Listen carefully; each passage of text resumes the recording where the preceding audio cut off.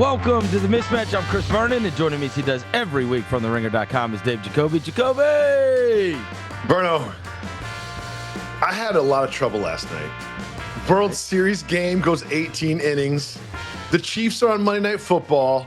There's 11 games in the NBA, all of which are somewhat interesting.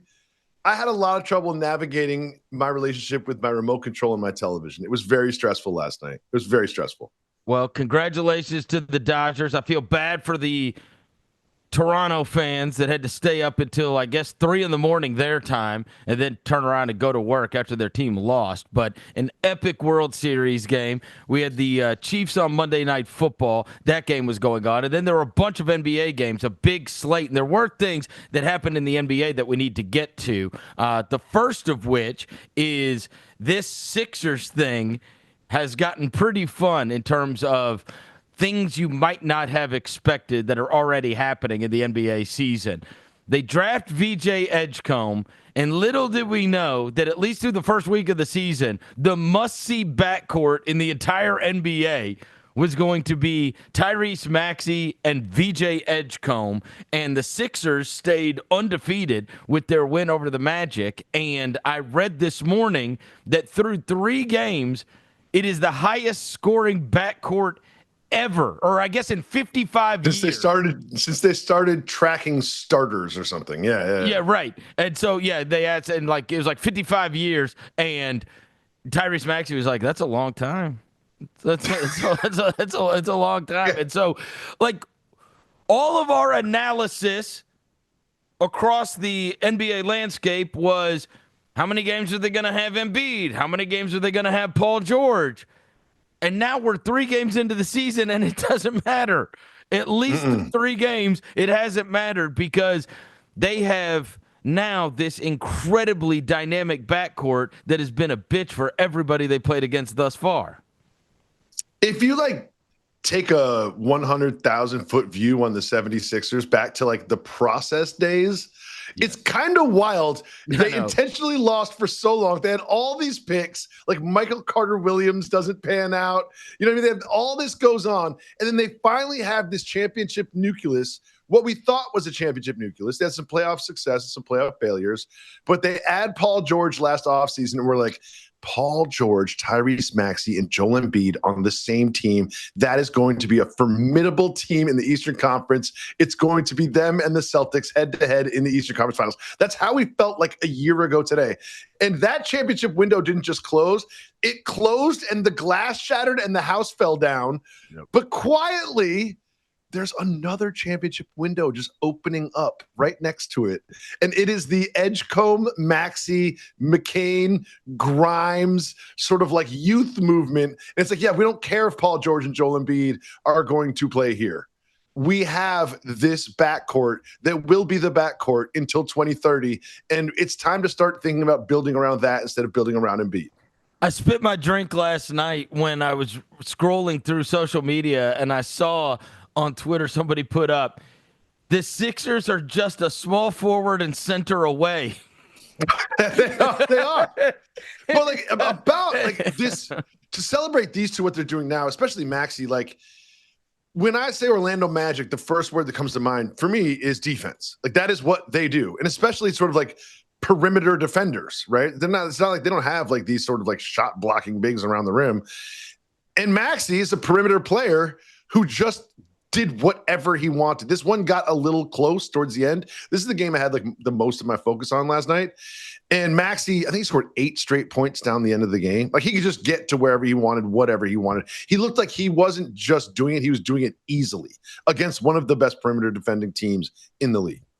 Well, and that Magic team thus far, and you expressed some real skepticism about the Magic. While a lot of people expected them to do great things this year with the Bane acquisition, you expressed skepticism that, Bane's not going to fix that 3-point thing, and they did hold their head on the defensive end last year when they had all of that success, and at least through the first week of the season, that has simply not been there. And it is interesting because, the roles do change.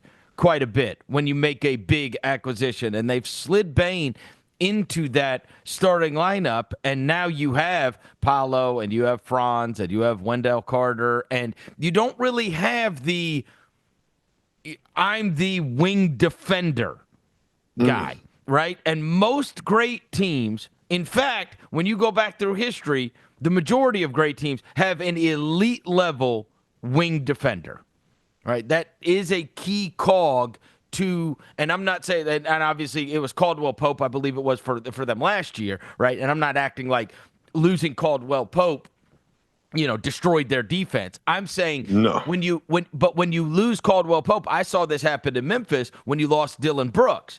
It's like you have to replace that with something that is the guy, because in a screen and roll league, there's too many switches. And if you don't have an outstanding defender on the wing, you are really hurting yourself in terms of against the best perimeter scorers, and also them being able to beat you off the dribble and then get their offense in motion. And so it's been kind of shocking thus far, and we will soon find out if that is a personnel thing and they're going to have to switch things up, because otherwise they're not going to have some kind of great defense, or if it's just a new team, communication lacks at the beginning of the season, and they'll get it figured out and be able to defend. But that was a team that was, the antithesis of most of the way the NBA was working, and you'd look up at the end of the night and you'd see all these scores in the hundreds, and then you'd see the Magic game, and it was 102-94, right? They made everybody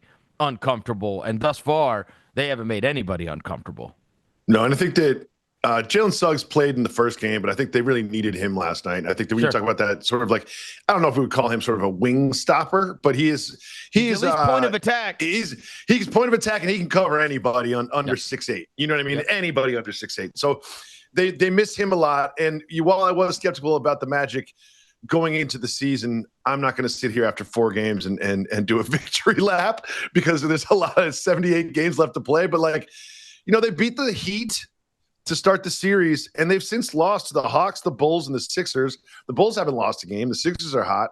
The Hawks are very much – some teams with new pieces just fit seamlessly. The Hawks seem like there's going to be a little bit of a learning curve and sort of a growth spurt, growing pains with them in the first month or 2 of the season. But I think long-term, I think both the Magic and the Hawks will sort of bounce out and be the teams we expect them to be. But it was a good game last night. I think it's just – if you're a Sixers fan – it's kind of like it mirrors the Mavs in a way, where it's like we've made some really bad decisions in our front office, but somehow, some way, we've made enough good ones on the fringes and a little bit of luck, and we've got our 2 timelines just perfectly in place. That's what it feels like. At the beginning of the season, there are always the teams that get taken lightly, because you figure they're not trying to play at the level of highest competition. And we saw this happen last year when teams would play against the Jazz, and over again, they were getting caught. Like the Jazz record at the beginning of seasons is not bad. They are competitive, and they will catch you if you don't come to That's play. The Clippers. They will catch you. And sure enough, another one got caught last night as Lauri Markkanen drops 51. And the Jazz beat the Suns in overtime. I mean, I don't want to become desensitized to 50-point games, but and we'll get to this a little bit later, the scoring output through the first week of the season is downright historic, what we have seen so far in terms of the number of 40 and 50-point games that have taken place. And we'll get to that here in a little bit. But Markkanen, who people have thought might be a trade target because they're unsure. Well, they're unsure if he fits the timeline of whatever the Jazz are going to be doing. He does not fit the timeline of whatever the Jazz are going to be doing. I understand, but as they say in The Wire, the price of the brick goes up. I mean, yesterday's price is not today's price. Yeah, how many first-round picks are we giving up for Lauri Markkanen now? Guy got 51 last night. Everything's going great for the Jazz. They are putting Lauri Markkanen on that revolving pedestal at the car dealership with a big old for sale sign on top of it, and it's going great. And when you talk about the 50-point games, I think it's one thing when Luka does it or Giannis does it. Right. But when it's Austin Reaves and Lauri Markkanen, you're just like, what is going on? You know, like, what is this? Jacoby, we're less than a week removed from Aaron Gordon's. Like, these should be special. These should be special. It should be the third option. We've had Aaron Gordon, Lauri Markkanen, and Austin Reaves already drop 50. Not, as you were saying, it's not Giannis, Wemby, and Jokic that have dropped 50 so far. It's Austin Reaves, Aaron Gordon, and Lauri Markkanen. That's what's happening. The Aaron Gordon one was insane. Absolutely insane. 10-3. Absolutely insane. So I know you were up late watching your Grizzlies. It was. Tough watch. It was a tough watch. Boy, look, I said this last week when we were doing our season preview, and I was higher on the Warriors than you, and I said, I just think they're like the old man rec team that has been playing together forever. They make all the same cuts. They put pressure on your defense. They might get the big individual performance here and there. If you focus on one guy, the other guy beats you. And I mean, it was surgical when I was watching last night. Verno. Honestly, it was ridiculous. They made the Grizzlies look foolish. And then just took their heart out of their chest, like little Brodom in the third quarter when Draymond hacks Santi Aldama, because it's always a European guy, and then gets mad that he gets called for a flagrant and dances around the entire court. Like, you can't get little broed like that. Somebody's got to do something. Well, he called everybody soft, including the ref. Right. And then he didn't just, like, if you didn't see it, who was shooting the free throws? Was it Santi? Aldama. And he missed both. No, I know this week I got fouled. I don't know if he shot the technical free throw or whatever. Yeah. But he misses one, and then Draymond does like the Aaron Glenn dance. Remember that one? Yes. He does that in the lane in front of the free throw shooter, which has got to be like a delay of game or something. Oh, no. It was after the second one. It was after the second. Okay. I thought it was the first one. It was still this little dance. It was just so Draymond. For some reason, the Grizzlies bring out the best of Draymond's craziness. I mean, they really do. It's been like this for a long time, and he gets so. And this is always the thing, right? He snaps sometimes. So what people won't see when they watch, because that clip's going to be going around everywhere. He was dribbling the ball up at half court, and it got poked away.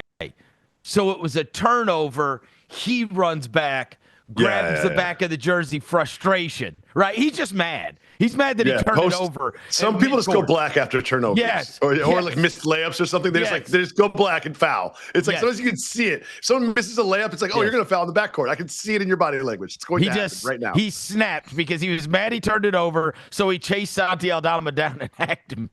Well, I have a couple questions for you. Yeah, let me hear it. What's up with Ja? Over 6 from 3. Didn't look great. 8 for 24 from the field. Yeah, I think what's happening thus far is unbelievable on night one. Look, the thing that matters most, he's played every game. Look, and you can say, hey, that's so big, but like they played Wednesday night, they played Friday night, they played Saturday night. Okay, so it was 3 in the first 4 days, and everyone that follows the team was like, is he going to play both Friday and Saturday?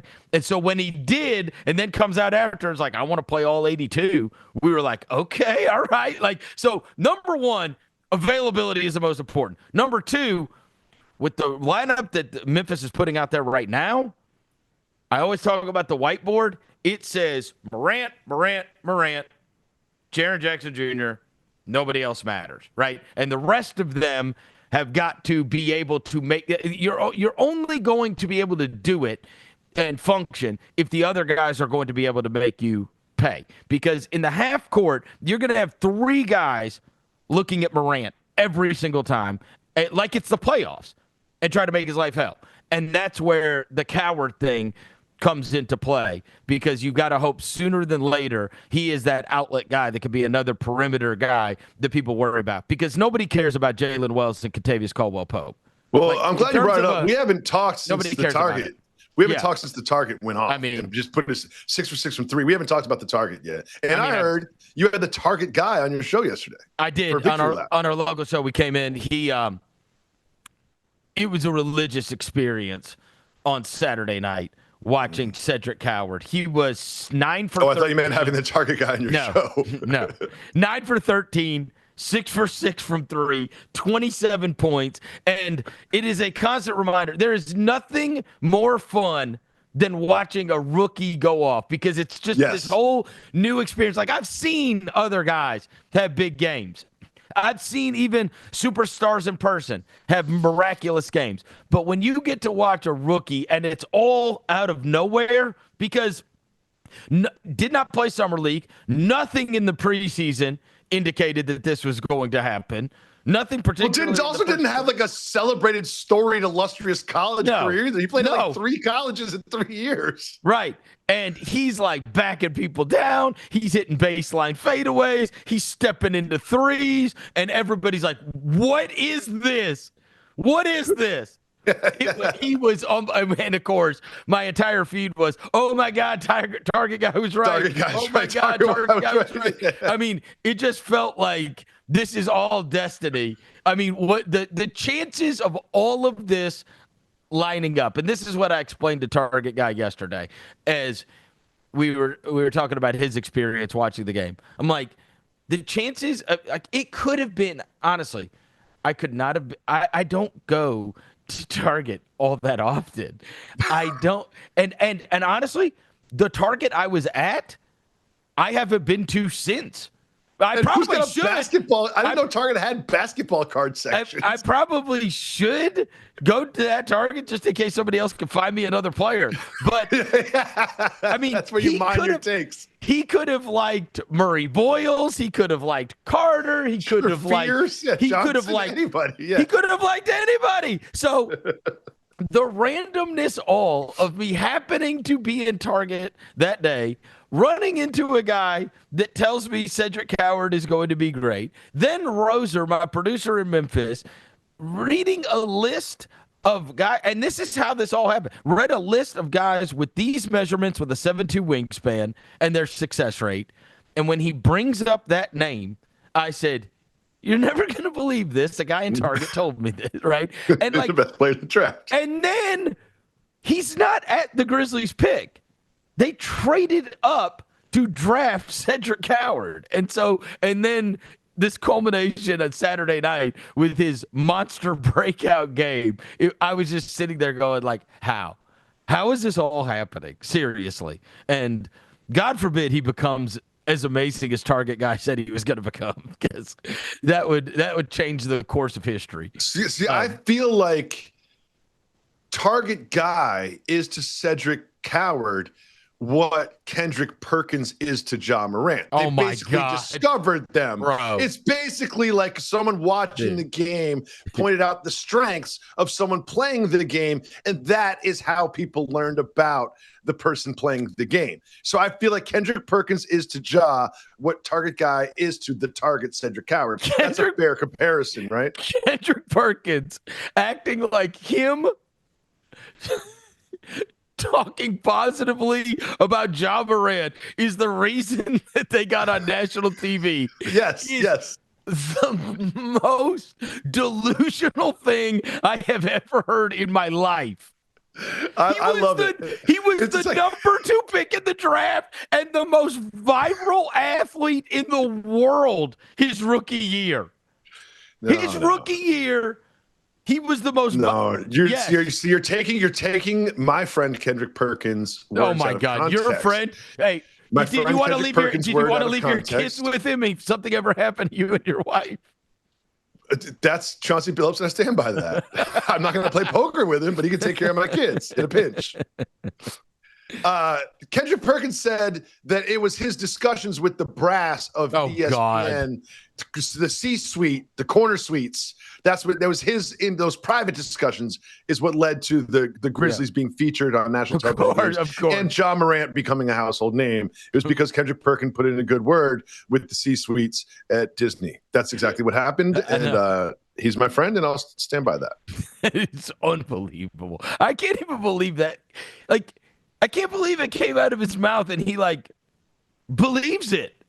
Well, I'll say this. This is like you really believe that the guy who was the number 2 pick in the draft won Rookie of the Year outside of one vote almost unanimously.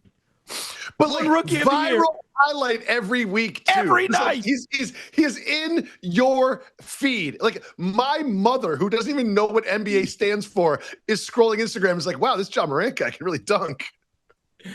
But it was just Kendrick Perkins went and met with ESPN and said, hey, you know what? You guys should put John Morant on TV. On television.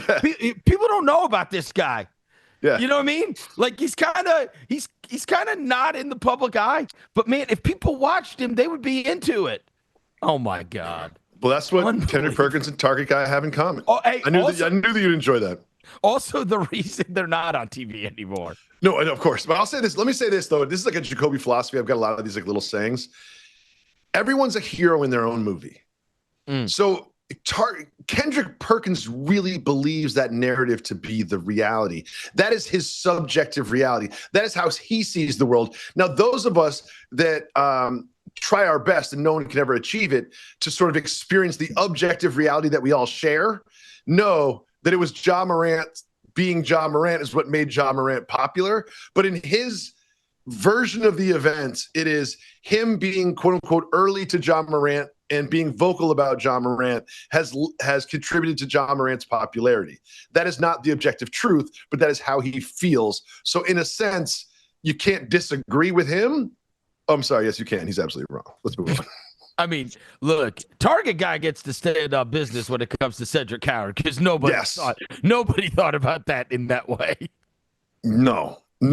I had to Google Cedric Coward after our conversation about Cedric Coward. The Mismatch is brought to you by FanDuel. All right, basketball is back, and FanDuel's putting you in control right from tip-off. Every day to start the season, you get to choose your reward. You want to play it safe? Go for it. You're feeling bold? That's your move as well. Whatever your style, you are in control. So, what kind of better are you? I've got my eye on the slate this evening. And if you listen to these ad reads, you know that I pick the Knicks pretty much every single time I can, and I think they will win again against the Bucks. However, I'm a little worried about Giannis Antetokounmpo. Had 40 in a loss over the weekend. They'll be at home. I have the Knicks against the spread. Also, so I know that Verno, my co-host here, does not listen to the ad reads. So I don't mind saying that he's right and I was wrong about the Warriors. They look good. I think they will continue to look good against the Clippers. Those are my two picks, but that's how I'm going to play. But however you play, FanDuel's giving you the power to choose your reward and own your game every single day to start the NBA season. So head to FanDuel.com/mismatch to make your choice. Remember, you must be 21 or over and present in select states, or 18 and over and present in D.C., Kentucky, or Wyoming. Opt-in is required. Rewards are non-withdrawable. Restrictions apply, including bonus and token expirations, leg requirements, and max wager amounts. See terms at sportsbook.fanduel.com. Gambling problem? Call 1-800-GAMBLER or visit rg-help.com. Call 888-789-7777 or visit ccpg.org/chat in Connecticut. All right. Mavs lost to the Thunder. Cooper Flagg got hurt in this game. Was able to come back into the game. Got kind of hurt. He got hurt like early, but then continued to play. But he's 1 for 9. He was not effective. He got benched at the end of the game. It's like half hurt, half not your night kid kind of a thing. We have to worry about this, though. You know what I mean? We got to worry about this because shoulders are always dicey. Let's just hope there's nothing structural with it or any kind of strain with it, because the last thing on earth we would want is Cooper Flagg's there to be an interruption to whatever this rookie season is going to become.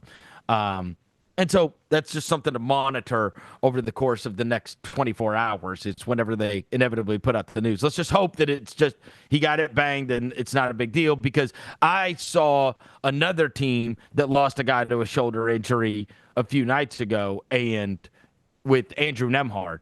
And when they were showing Andrew Nembhard, he got knocked out of that Thunder game, their first game of the season, and they showed him on the bench, and he just looked despondent. I mean, he looked crushed. And it's like, geez, man, I hope he's not bad hurt. And so the same thing goes with Cooper Flagg. Let's hope he's not bad hurt.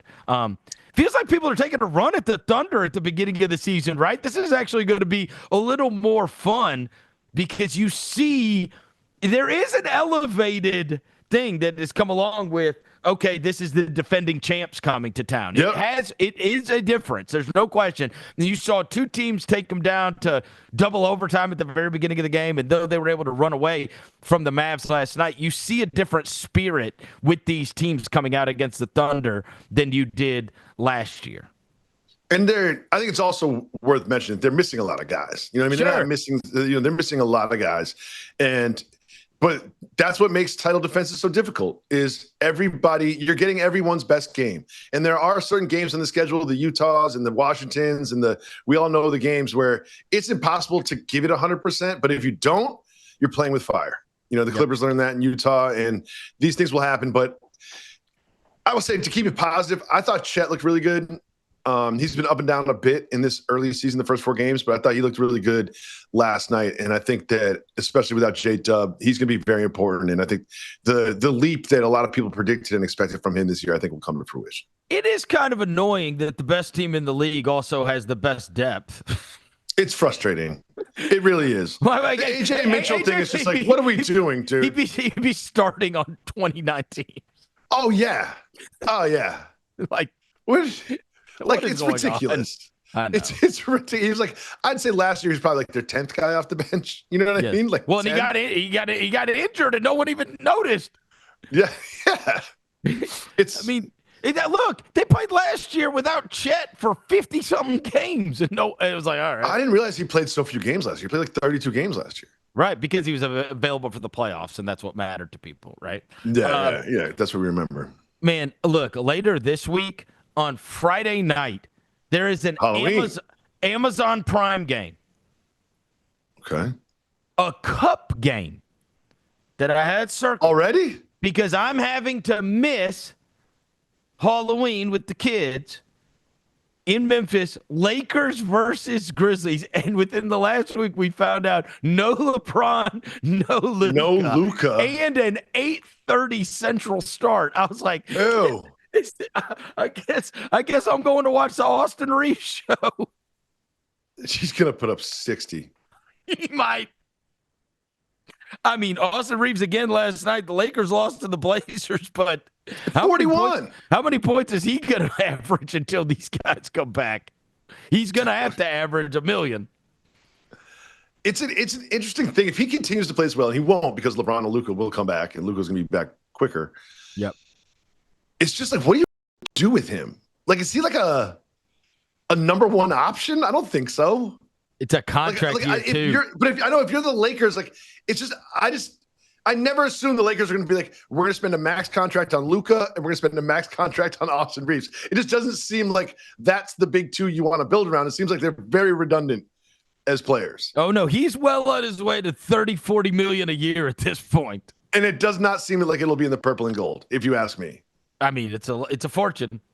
If you were going to say what are the problems with the Lakers that need to be fixed moving forward in a Luka-based system? It's not, we need another ball handler, driver, offensive initiator, unless he's making $12 million a year and he's like running the second unit, which is ideal for Austin Reaves and the Lakers, but you can't do that for $40 million a year. It's just they need a big. Look, and who knows how this season goes, but at least through the first week, this is the dream contract season of all contract seasons so far for Austin Reaves. Oh, yeah. It doesn't hurt that they literally have no one else that can dribble because Vincent was out, right? Smart was out, LeBron was out, and Luka was out.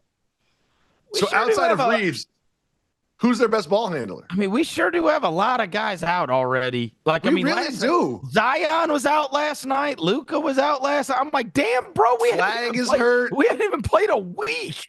The Pacers have like 7 hurt guys. They signed Mac McClung yesterday. Memphis got a injury exception already and signed Charles Bassey. And I was like, this is great. We haven't even played a week, and guys are already out.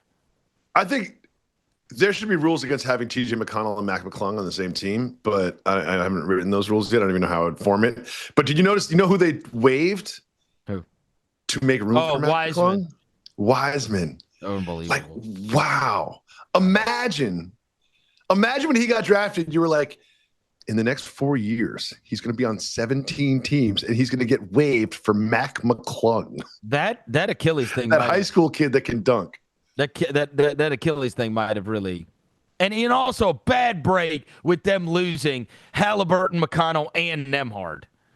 Yeah, like, they got to find somebody.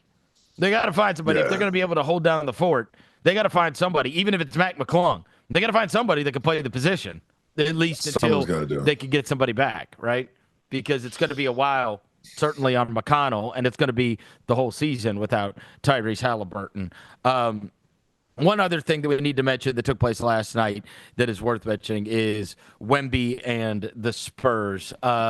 Well, I told you last week when we were doing the show, Jacoby, I'm going to go ahead and get this in and celebrate the Raptors while I can. And can you?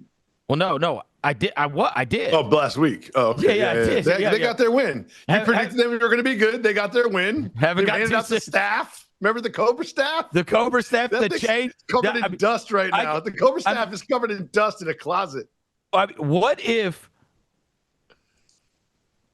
Agbaji gets to keep that staff the whole year because they never win another game? They don't win a game. They'll win a game.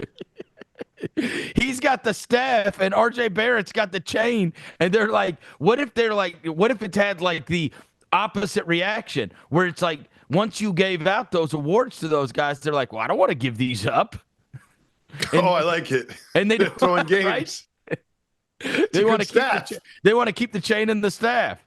It's tough, right? It's tough. They lost last night to the Spurs, and I think that if you saw Wemby 24 points. You might be like, not a huge game for Wemby. He was 7 for 8 from the field and 10 for 10 from free throws. And he was just like, no one was shooting anywhere near the basket. Like the Wemby impact goes so far beyond the counting stats. It's silly. It's silly. He had a 360 layup that was like Morant. I think he had one possession where he blocked like 3 shots, then walked and then went down. A 3. Yeah. He's embarrassing. I will say this though. They got to do something about this. It's not fair. It's not fair. I take issue with the 360 layup, and I'm going to be like a Negatron party pooper guy here. But like, I do want to say, if you see with the way that his toes are pointed when he jumps, and the way his toes are pointed when he lands, that is a 180 layup. Just look at his toes when he jumps and his toes when he lands. You are a hater.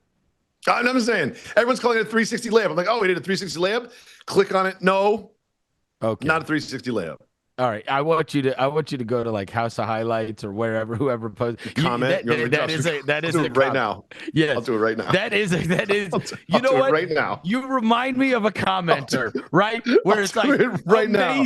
That should be a new bit. Amazing the commenter. Amazing Wemby 360 layup. But and then the first comment is Dave Jacoby going, that's not a 360. It's not.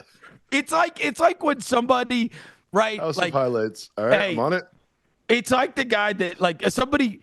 This is internet culture now, right? Somebody jumps from the free throw line, jumps over 2 people, windmills it, and dunks it, and the first comment is, "That's a walk." Like what? You just watched a guy do the most incredible thing I've ever seen in my life. That's a walk. I'm commenting right now. That's not a 360 layup. I love it. Look at his feet. I love it. I'm commenting right now. Look at his feet. You're that guy. That is a 180 layup. And then to make it better, I'm just going to write, watch this. That is a 180 layup. You're that guy. Be better, I'm going to finish with. Done. That is not a 360 layup. Look at his feet. That is a 180 layup. Be better. The be better I thought was a nice touch. Okay. Which account did you post that on? That was a House of Highlights, just like you said. I followed instructions. Oh, it was House of Highlights. Okay. So if you're listening to this pod, go check the House of Highlights post. See some mean people replying to me. That thing is gonna be lit. There are so many people being like, "What an asshole this Jacoby guy is!" Like, they're gonna be like, "What?" I agree with those people. No, look at his feet. I just watched the highlight on my phone. His feet are pointed one way when he jumps, and they're pointed the opposite way when he lands. That's 180 degrees. That's not 360 degrees. I'm sorry. It's just so Debbie Downer, bro. Like it'd be like it's like when somebody John Morant's lamps in that Nets game last year. Those were 360. Those were 360. It's like somebody walks outside and there's not a cloud in the sky. It's 75. It's beautiful. There's a light breeze. And you're the guy that goes, yeah, but there's a bug over there. No, smog. It's bad for smog. Yeah, it's very smoggy today. Like, what? Air quality is low. It might look nice, but air quality is low. Like, this is incredible. Yeah, but what about that bug? Like, what's wrong with you, man? I'm sorry for telling the truth. All right. We're getting into the beginning of a season is always ripe for overreaction. So we are going to play overreaction, proper reaction, insanity to start off this season. Do you want to go first or you want me to? You always go first for now. All right. I want to redo my Miami slander. I deserved this. Yeah, this was karma. They're going to be good. This was karma. You tried to tell me, and it was karma because I always say when I go to an arena, I might go to a game, and there's a very good possibility that I'm going to see something I've never seen before. That was the truth on Saturday night when I saw Cedric Coward, a rookie, go 6 for 6 from 3 and have 27 points. I'd never seen anything like that before. But what I did not mention is that the night before, I also went to a basketball game. And in the 25-year history of the Memphis Grizzlies, no one had ever scored 86 points and a half. And that happened in the first half of the Miami Heat Memphis game. And I was like, this is what I get. No, and there were Heat fans that jumped me. I was like, you know what? I deserve it. I wrote them off. I was like, they're not any good. And like, where are they going from here? And maybe this is the year Adebayo gets moved, whatever. And there I watched them score damn near 100 points and a half. I was like, oh, shoot, I deserved this. That was a tough because I wasn't watching the game. I was just looking at looking at the NBA app, just like looking at things, monitoring other games. I was like, they have 100 and what? I was like, I mean, they scored 60 in the second half and had 146 points. 86 in Memphis. 86 in the first half. They shot over 70% from 3 in the first quarter. And I was like, it was kind of like if you ever go to a baseball game and it's like 9-0 after the first inning, you're like, all right. Like, next thing you know, the right fielder is pitching in the fourth inning. We'll leave by the 6th inning, right? You know what I mean? Like, and trust me, a lot of people left by the 6th inning. That was gruesome. And you know what? Yeah, they were popping the ball around. Like, they played good basketball. And you know what? Not only were they making shots, they play fast and they go hard. Like, that is the mark. Like, the whole Heat culture thing, you see it up close and personal. And so it was the perfect storm of the team that was making all of the shots was also the harder playing team that went for every loose ball. And next thing you know, Memphis just got run out. And I was like, you know what? I was just wrong about Miami. I was wrong about them. Well, I'm going to say that is an overreaction. What? I mean, I'm going to say that's an overreaction. We're 4 games in. Listen, I like the Heat, and I did pick them to sort of overperform expectations this year. But we'll see. They lost to the Magic. The Magic's only win, mind you. Then they went and waxed the Grizzlies. Then the next game, they beat my Knicks. I know. They got the Hornets tonight. Like, they could be 3-1 pretty easily. I'm not sure. I'm going to say it's an overreaction. I'm not sure if I think this might be a flash early in the season, and they'll come back to earth eventually. I just say I had that moment where I was like, oh, no, they're closer to top 6 than play-in. There's certain players you fall in love with that you just like more than they actually perform on the court, and you just like root for them because you like them. There's a player on the Heat that I absolutely love. I fell in love with him in college. He had a great rookie season. Last year was a bit of what happened to him? But he's back this year. No, he's back. No, Jaime Jaquez. No. Jaime. This guy. I tell you this. Jaime Jaquez. Jacoby, this guy is the bane of my existence. I'm not kidding. Why? Because I love Jaime Jaquez. People won't remember this now. It wasn't even the first round of the NCAA tournament. It was the play-in game. Okay? And Michigan State was playing UCLA. I picked Michigan. 2 years ago? Last year, 2 years ago? I think it's 3 now. But I picked Michigan State. They had the Tiger, they had Jaime, like that team? The game went to overtime. Oh, no. And Michigan State blew it. Not a big deal. It's not like I had some kind of massive rooting interest. It was just one team that I lost off of my bracket, right? Mm-hmm. And it's not like I'm dyed-in-the-wool Michigan State fan. But I was like, that was bull crap. There's no way Michigan State should have lost that game. And now UCLA's in the tournament playing forward in the 64 teams and Michigan State is not.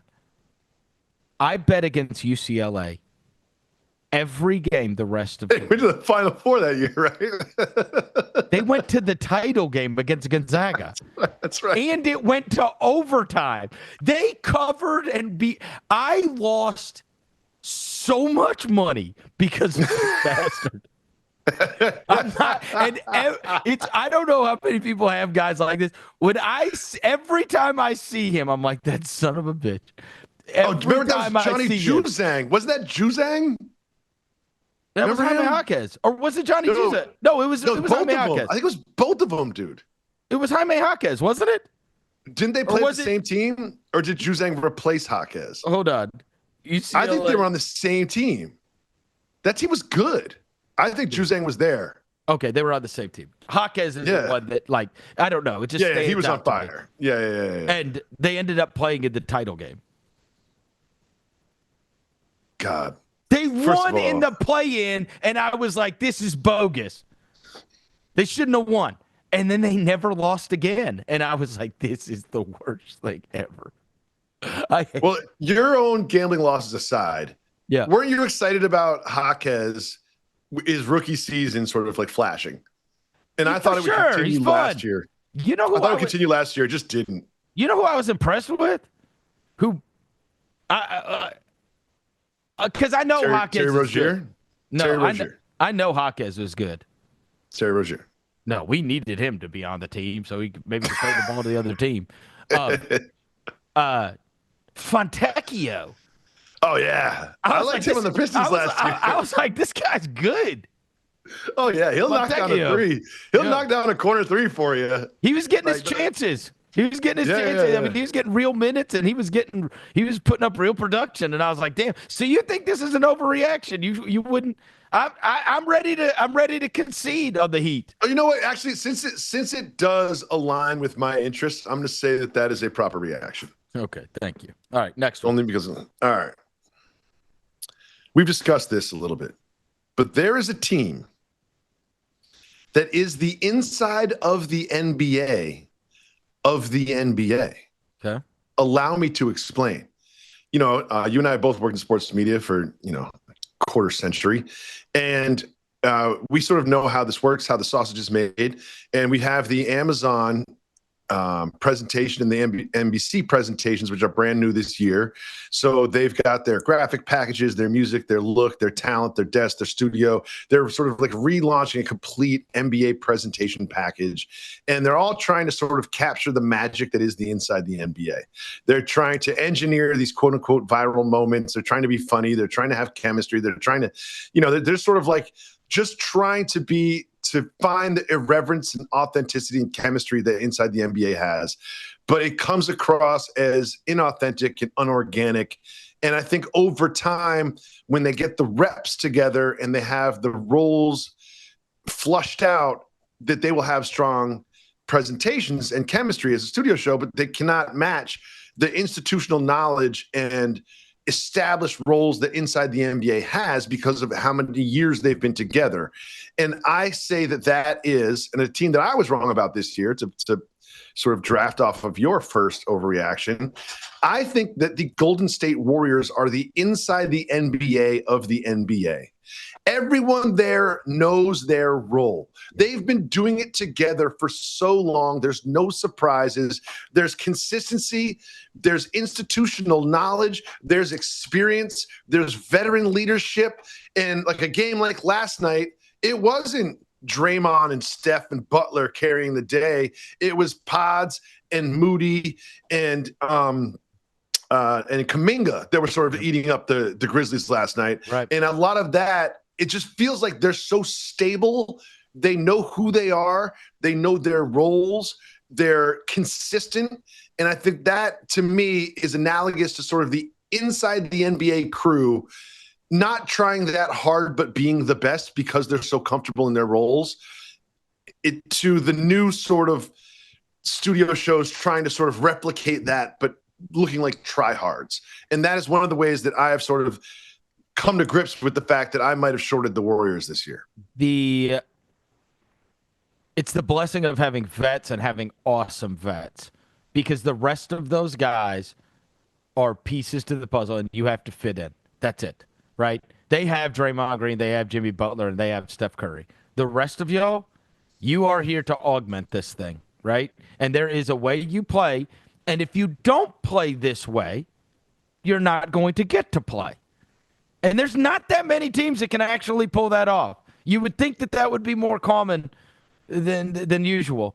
But, you know, coaches have the damnedest time enforcing that, because what happens is you are so talented that they have to have you out on the court. They don't have options to be able to enforce, you know, to be able to enforce things. Right? You can only have, like, the consequences to your actions are real at Golden State. Just ask Jonathan Kuminga. If you're not going to play within this team concept, if you're going to do your own thing, if you're not going to make the right pass, if you're not going to make the right cut, if you're not going to make the right rotation, then you don't get to play. Most teams do not have that luxury, because if they sit the guy that is screwing around or misses the defensive rotation or whatever. So if you've got three guys that are always doing the right thing, then the other two, they've got to fall in line. And I think that so many other teams, they can't have the consequences, because if they sit the guys that are not in functioning how they want them to function, they're not going to be good enough. They're going to lose. This team, they don't like, okay, then we'll play somebody else. If you're not going to do it the way we want to, then we'll play Gary Payton II. Then we'll play Quentin Post. Then we'll play whoever. We'll put anybody in. We don't care. But you're falling in line. And I do think you're right about that, Jacoby, where it's like, you've got to fit in with them. How many teams can we say that's true of? Virtually none? You know what I mean? Virtually none. Yeah, I mean, I'd say like the Heat come to mind, the Rockets come to mind. Yeah. And that's kind of it. Right, yeah, right, because then Cam Whitmore is now blowing up on the sidelines in Washington. He's, you know what I mean? Yeah, I mean, there are teams like if you're playing with Jokic or Wemby or Luka, you're going to have to sort of fall in line. But that's not necessarily like a team philosophy or a system the way the Warriors have it. That's more of just like, we have a singular force which is so strong, you're going to kind of have to draft off of that. I think you're right. Win. It's teams with vet. You're right, because it is teams with vet. But they would let Porter Jr. get away with super goofy stuff too. But like if Julian Strawther comes down and goes tween step back three, they are going to pull him out of the game, right? Like, you don't get to do that, right? Like, you don't get to do that. Right. We saw a lot of Julian Strawther last year. I don't know if we're going to see as much of this year as we saw last year. I guess we'll see. Just throw that out there. Right. But I mean, and the longer you're with the team, the more of a rope you get, right? The more of a green light that you get. But yeah, those Warriors guys, they just fall in line, and then it just keeps functioning the exact same way. And if they're not going to function the exact same way, they'll find somebody else that'll make it function the exact same way. My next one. So I say you had a proper reaction to that. We are all too consumed with consuming for a scandal to be a scandal. Nobody has the attention span to care about anything for more than a day or two. And this has been relevant when it's come to the Clippers, which is so far gone, nobody even thinks about it anymore. And No. now the Billups Rozier. By the way, Malik Beasley was second in the NBA in three-point shooting and is not playing on an NBA roster because of this. And what I'm saying is we're removed, 48, 72 hours from this. And because we've got we're constantly consuming, it's like, bro, that the things have a shelf life of now 12 or 24 hours, and then we move on to whatever the next thing is. And so a scandal can't even be a scandal anymore. It's funny because this gambling thing, which we've discussed, we don't have to sort of rehash. It was such a national news that it broke out of the sports box. Yes. Like my wife came home and was like, "What's up with this NBA gambling thing?" Yeah. You know what I mean? She's like had some sports information to talk to me about. She's like, "I was listening to NPR and they talked about some sort of NBA gambling thing." And she loves Daily Mail, which is like a trashy gossip rag from like the UK. Yeah. And she's like, "It was in the Daily Mail." She's like, because that's like her go-to news source. She's like, "It was in the Daily Mail." Like, who is this Chauncey Billups guy? Who's Terry Rozier? And I was just you said that's the guy. That's the guy that's the guy who's going to take care of our children. Yes. While you were looking, I added him to the will. She said, "Who's Chauncey Billups?" He'll be gambling our children. So I'll see your Chloe and I'll raise you Marco. Dude, yeah. She said, "Who is Chauncey Billups?" And you were like, "This is going to be awkward." Yeah, this is going to be. Now I have to tell her. Yeah. But it's like, I just think our attention span's so diminutive that we can't even handle something like this anymore. We just move on to the next thing. So let me add to that, because you are right. So this is a proper reaction, but it's almost like the counter move to that is sort of what Pablo did, where it's like, I'm just going to slow drip this information because once the big headline, once you have Kash Patel up there sort of making the press conference and the indictments are all out, it all comes at once. It all happens at like the morning at 10 a.m. We consume it all day and there's sort of like no new information. Yep. So I think if there was new information, we would become re-obsessed with it. But like we chew up and spit out information so quickly that unless there's new angles, new headlines, new posts on ESPN.com and wherever you get your news, whether it's Daily Mail or otherwise, then we don't care. And I think the Clippers thing felt bigger because there was, now we found this out. And now Ballmer's roommate, who's a 1% owner, did this. And I think that that's one of the reasons that one felt bigger. But I think you are right. Like, this was the biggest news in the world, to the point where people were saying like the NBA will no longer to exist or whatever. The integrity of the game has been sacrificed forever. It's like, guys, there's been gambling controversy in sports since there's been sports. Yes. Like, this isn't new. And another thing that I want to say about this, that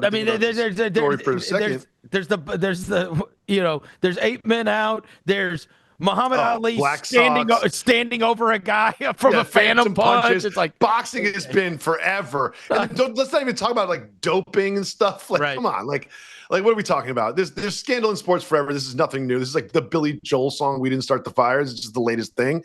But I just remember like Ben Johnson being on the cover of Sports Illustrated, and that all happening when we were little kids was the biggest deal in the world. The idea that Ben Johnson had cheated Carl Lewis, it was like, now we're adults, and it's like, oh geez, like this. Like, you just had like this huge scandal and like nobody even cares 48 hours later. No one even cares anymore. It broke off into mainstream news and now nobody cares. And I just want one quick thought I had since our last pod about this gambling thing. It's like, are we sure we want to get rid of the prop bets on the role players? Because it seems to me like those are the ones that get people caught. And also, like, are we sure this is so bad that people are getting caught because of sort of outlying data coming through to the legalized gambling applications because that seems like a surefire way to dissuade people from trying to do it again. Right. It almost seems like this will be a net positive over time. And it's also this stuff has been going on forever, and now the stuff gets flagged, right? Like, I mean, it used to just be Vegas where it was used to just happen. The line would move like crazy, and that was all going on underground. Exactly.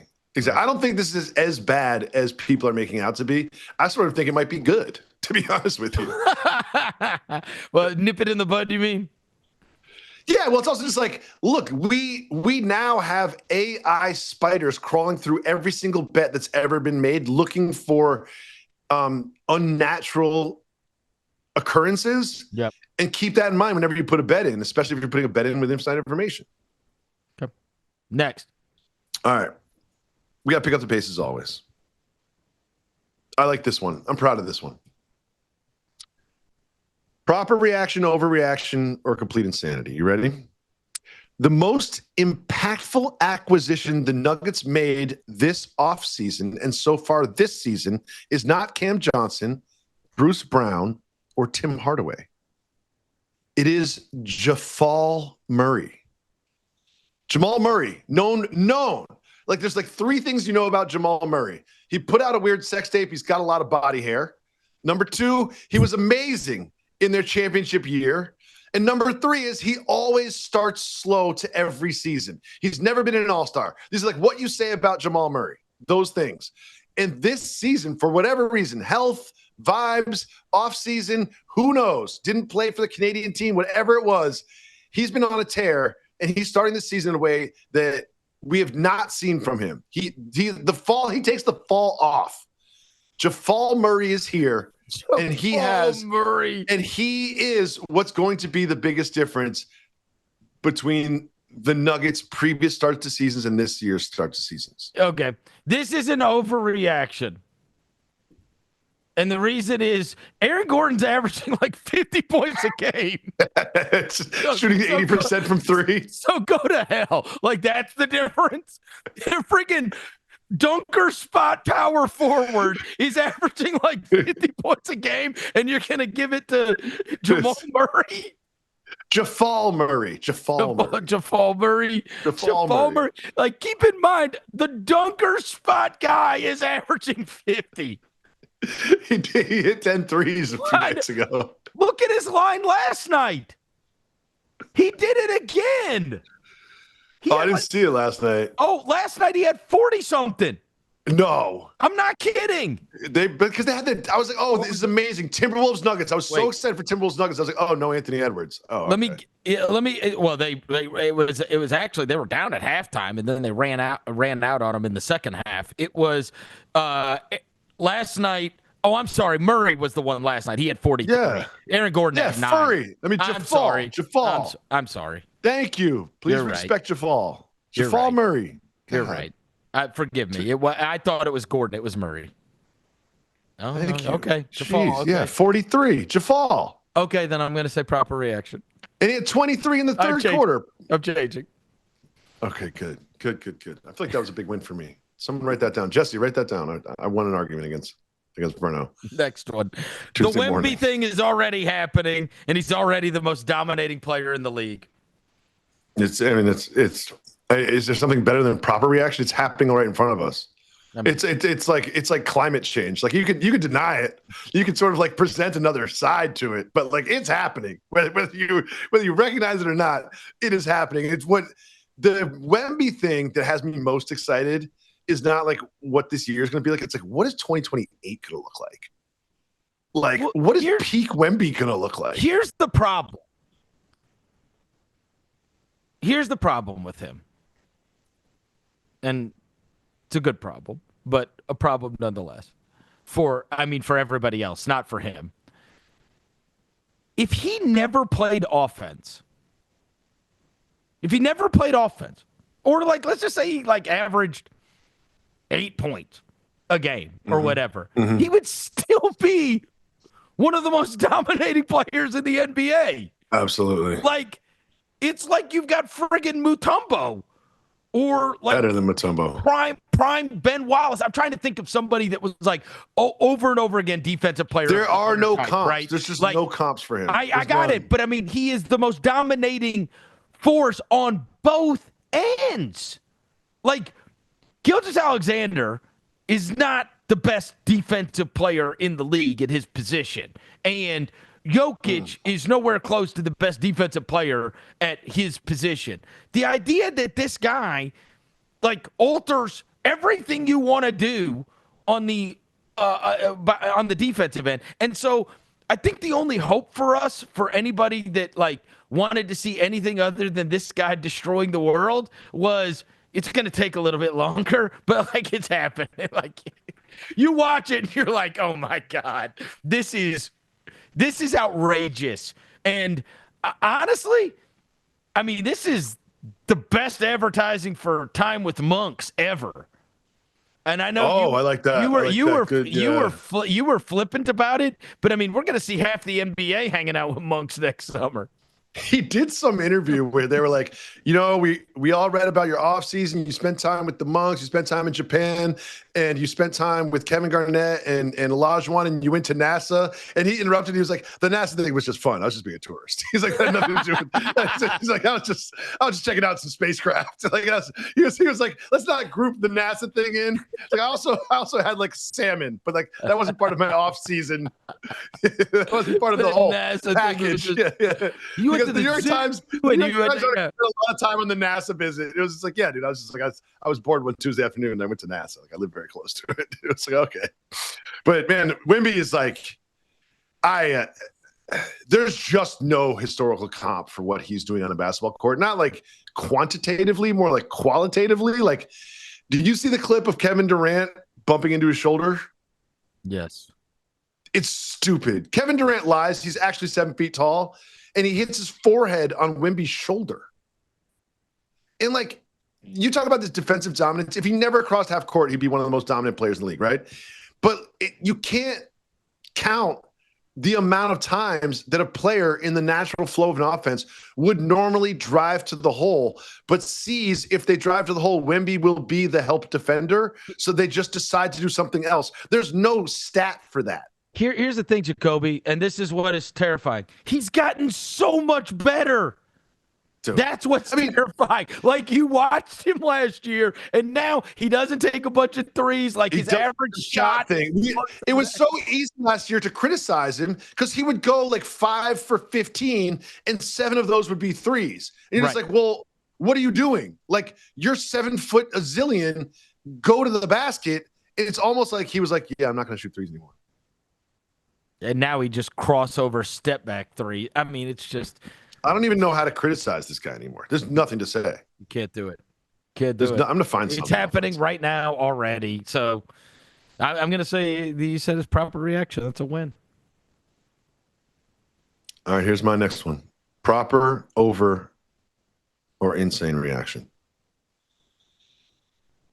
Jaylen Brown should be punished for using performance-enhancing substances. Oh, this is insane. Stop. Come on.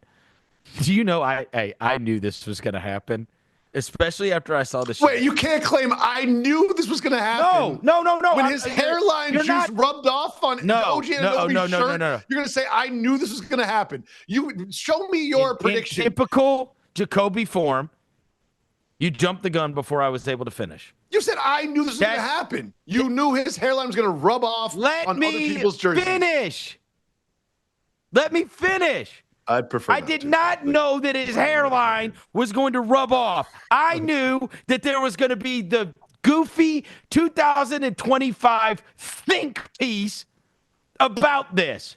And sure enough, I typed in the hairline thing last night. And this was the first article that popped up, or one of the articles on Google. Mocking Jaylen Brown's hairline is more than a joke. It's a reflection of our misplaced priorities. I like this. I love this. Why the internet's obsession with Jaylen Brown's hairline misses the bigger picture about empathy, identity, and respect for athletes. Where is that? Where is that? What publication published that? Mahdi Roshan was the author. Yeah. Oh, yeah. Oh, and it's a God, whole this is article. good. Oh, yeah. It's just going to make you feel like crap. It's going to make you feel terrible. It's going to make you feel it's going to make you feel terrible. I love this. This is a great zag. Yeah. This is a great zag. So you're not allowed I can't even find it. You're not allowed to mock the hairline. Oh, guess who did a post about Jaylen Brown's hairline? Who's that? Daily Mail. It's not performance enhancing. It is. Look good, feel good, play good. No, it's not. That's what. No. What? No. Look and feel good, play good. No, because sweetness. That's a sweetness quote. Honestly, to this day, Carlos Boozer still like. Carlos Boozer's kid is like. I saw those clips too. I mean, maybe the best basketball player I've ever seen in my life, it appears. And so, maybe he's the only thing we could do with Wemby is maybe Cameron Boozer. But anyway, when you think of Carlos Boozer, it's one of the first four things you think of. Oh yeah, that time. I didn't realize that time with the hair. I didn't realize how prominent these sort of hairline dark arts were. Until I got older. I think that because when you're in your 20s, like no one's really doing this stuff. When you get in your 30s and 40s, you're like, you spray paint your hairline on there. And my question is this: is as an aggressive sweater, I'm the sweatiest man you've ever met. How is this not just like Giuliani style leaking all over his forehead and into his eyes and stuff? Like, if a girl cries, her mascara runs. Like, what is he using on his head that he can play a full basketball game and it stays in place? I mean, that's not a question for me. I don't know. What, you don't think two white guys in their 40s should be hashing this out in a podcast? I doubt it. You don't think so? I doubt it, but I will. Proper forum? But I will say I disagree. Look, here's where forget any kind of hot take about the Beijing. I stand solid in this. Whatever you do should not be able to rub off on someone's jersey. That's what I say. And that's the end of that. Can you read that headline again? I love it. Can you read that again for me? I knew this was happening. That's what I told you. Love See? it. I love it. Mocking Jaylen Brown's hairline is more than just a joke. It's a reflection of our misplaced priorities. Okay. I would like to respond if I may. Is that okay? Shut up, nerd. It's fucking hilarious. It is just a joke. And it's funny. He painted on his hairline and ended up as OG Anunoby's nipple on his jersey. That's funny. In the middle of an NBA game. What's it reflect our misguided priorities? What am I supposed to be doing? Like feeding the underprivileged? You're not allowed laughing at Jamal Brown's hairline. You're not allowed to. I'm not going to be curing cancer. I'm laughing at Jamal Brown's painted on hairline. Jaylen, not Jamal. Oh, Jamal Brown. He was in my high school basketball team. Very fast. Could not shoot. He's like Tari Eason, but smaller. Very athletic. Could not shoot. Could not put the ball in the basket. All right, we got to wrap these up. Tyrese Maxey's the next superstar. No chance. That's insane. That's absolutely insane. That's a wild overreaction. No, next superstar. So he's going to leapfrog Wemby. He's going to leapfrog Anthony Edwards. He's going to leapfrog. Those were expected. Cooper Flagg. He's going to leapfrog all these guys. He will not be a superstar. Superstar is a real label. It's a height of heights. Those were expected. It's the upper echelon, tier one. Like you get your own shoe. You're a guy. Like Jason Tatum is not a superstar. He's not a superstar, and he's a champion. Oh. Yeah, you have to be a superstar. Like, my wife has no idea who Tyrese Maxey is. I think hold on. I didn't say now. I said next. And look, can you be the best player on a title team? Tyrese Maxey cannot be the best player on a title team. Okay. And I mean, listen, I will say No, don't back down now. Man, that supporting cast, that's going to be an ensemble cast in which he is barely above the others. This is not Luka Doncic and LeBron James sort of dragging role players along with them through the playoffs. If Tyrese Maxey is the best player in the championship team, that team is stacked with 7 great role players. Maybe like Chauncey Billups. All right, go ahead. Next. My kids call him dad. All right, moving on. They literally have not won a game. And they can only field like 6 players in their next game. They have not won, but I am not worried about the Pacers. Oh, not concerned. No, okay, this is a. I'm not gonna say it's insane, but I am gonna say it's a possible overreaction, and here's why. I saw them in person. There's 2 things to worry about. That's the problem. That's the problem. What's No, I'm saying Mathurin and Siakam. In the absence of with their injuries, bro, they just had to sign Mac McClung, for God's sake. Yeah. With their injuries, it just feels like, the Buzzards' luck team. Mathurin even got hurt in the game that I went to, and he was cooking in the third quarter. Here's who's out right now: McConnell, Nembhard, Mathurin, Obi Toppin now. Yeah, get this. Do you know who they're playing without? You'll never believe this. Talon Peter. Not available. What do you do when you don't have Talon Peter? There was a guy that got in the game whose name was Ray J, one word. Yeah, Furphy is like one of their most known players. No. R-A-Y-J. Like capital J. His name is Ray J. Is that There's Brandy's no brother? way he got named after the tape, right? How do you spell Brandy's brother name? I think that's the same. It is. But that's how he spells it too, right? No, there's a space between Ray. Oh yeah, Ray space J. Yeah, they killed the space. Yeah, you're right. His name is Ray J. Huh. Yeah. What an honor. Yeah.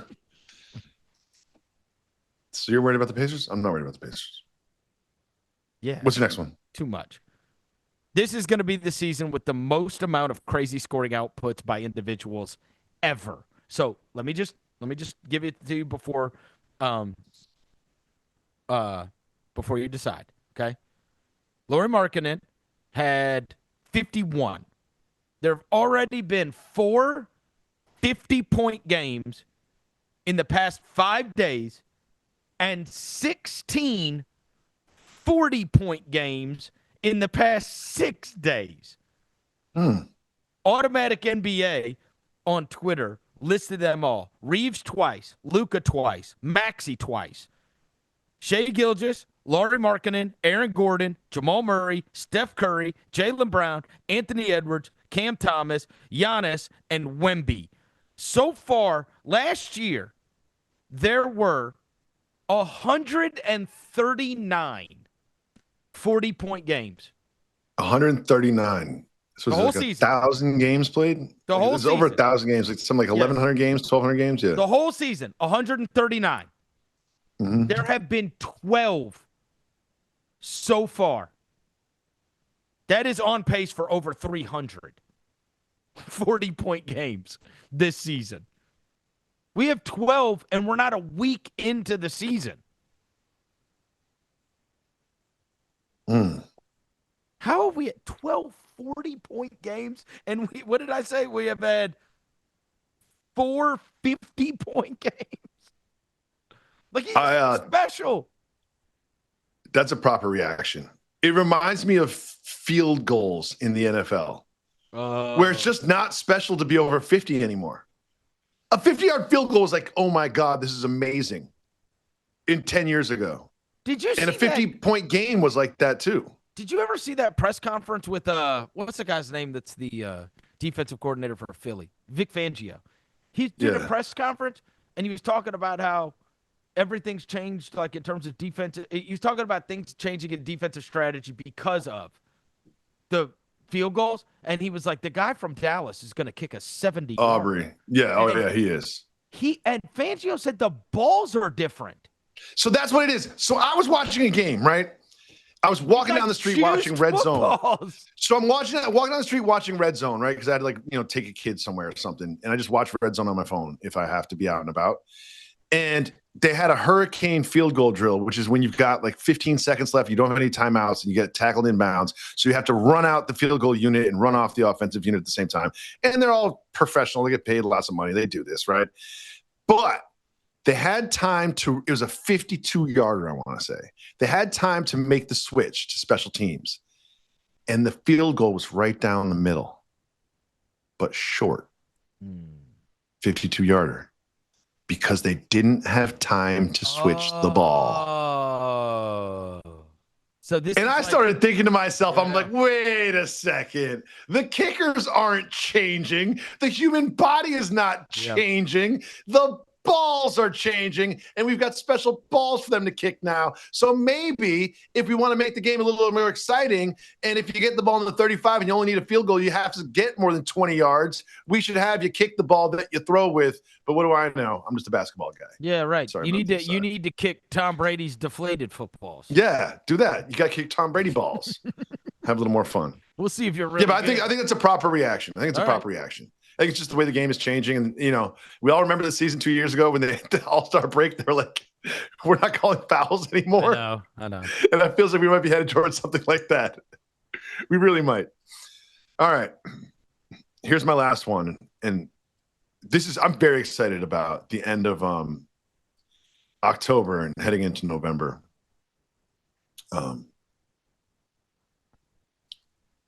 Proper reaction, overreaction, or insanity. Watching Draymond Green after being struck by lightning in November is going to be amazing. Struck by lightning? Draymond Green is going to be struck by lightning in November on television. What does that mean? Allow me to explain. Please, because I can't decide what kind of reaction I think this is until I don't know what you're talking about. As a sports media veteran, I've been very interested in sort of how Amazon and NBC is going to roll out how they present NBA games. And when you have a company of those sizes, what you do when you have audiences of these sizes is you look for synergistic opportunities and cross promotion of your other properties. You ever notice when you're watching an NFL game, right around the end of the NFL game, they tell you what's on 60 Minutes right after the game, and when you're watching an ABC NBA Finals game, what comes on right after it? Jimmy Kimmel. They run a bunch of promos to keep you around to support their other properties with the sort of popular property. And NBC has done the same with their new NBA presentation. They want you to watch a show called St. Dennis. It's a medical drama taking place in a hospital. It's not The Pit. It's a lot more like Scrubs than Grey's Anatomy. It's a comedy. And on this show, the premiere of season 2, did you watch season 1 of St. Dennis? What do you think? Did you know that St. Dennis even existed? No. I thought Me neither. I thought you were talking about Kawhi's uncle. Yes, St. Dennis for a different reason. He's known certain circles in San Diego as St. Dennis. Actually, what we're going to find out is Pablo Torre is reporting they have given Kawhi's uncle a television show to circumvent the cap.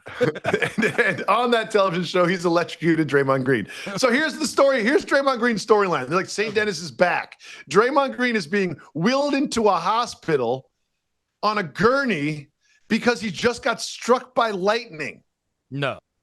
Yes, this is a real thing happening on a show that I'm going to watch next week on St. Dennis on NBC. So he's guest starring on the show on the premiere episode of season 2, and he's the victim of a lightning strike. He's somehow fine, and he's in the ER, but that's not the end of it.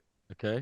One of the nurses goes, quote, quote, I heard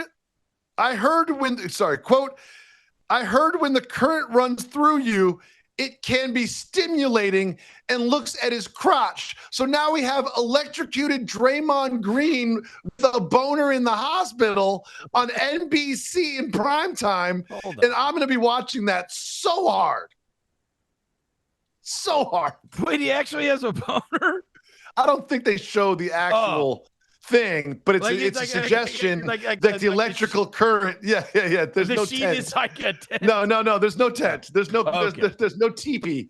There's no teepee with the pee-pee. But there is definitely a suggestion about the electrical current and stimulation to Draymond's nether regions. And I don't know how this happens. They're like, we need an NBA player so we can promote this during the NBA season. Who can act? And they get Draymond Green, and someone sends Draymond Green the script. He's like, I got struck by lightning and I go to the hospital, and they're making jokes about my junk. Sign me up. It's just so weird. Is that true? Do you get, like, if you get struck by lightning, do you get a boner? I don't know. First of all, I think it's amazing. I'm flattered that you asked me. Like I have some sort of expertise on being struck by lightning and getting boners. Like this is something I've Googled or researched or have happened to myself before. No, I have no idea. So what was I have no idea. Wait, I forgot the original statement. It's watching Draymond Green get struck by lightning is going to be awesome. Proper reaction, overreaction. Oh, I think it's a proper reaction now in retrospect. Yes. Yeah. I think it's a proper reaction. About it. I actually might go out of my way to watch just at least. I'm going to watch Just Dennis, the Draymond Green episode. I will watch it and report back on the mismatch. So I'm very curious about this. Well, I will say, then the promotion worked. I didn't know St. Dennis existed before. I know. And I didn't know that lightning strikes gave you boners either. I'm learning a lot about science, about myself, about the NBC programming structure. I'm learning a lot watching these NBA games on NBC. A lot. Thank you to our executive producer, Jesse Lopez, as always. Thanks to Tucker for the video. And we will be back later this week. Must be 21 or over and present in select states. For Kansas, in affiliation with Kansas Star Casino. Or 18 and over and present in D.C., Kentucky, or Wyoming. Gambling problem? Call 1-800-GAMBLER or visit rg-help.com. Call 1-888-789-7777 or visit ccpg.org/chat in Connecticut or visit mdgamblinghelp.org in Maryland. Hope is here. Visit gamblinghelplinema.org or call 800-327-5050 for 24/7 support in Massachusetts, or call 1-877-8-HOPE-NY or text HOPE-NY in New York.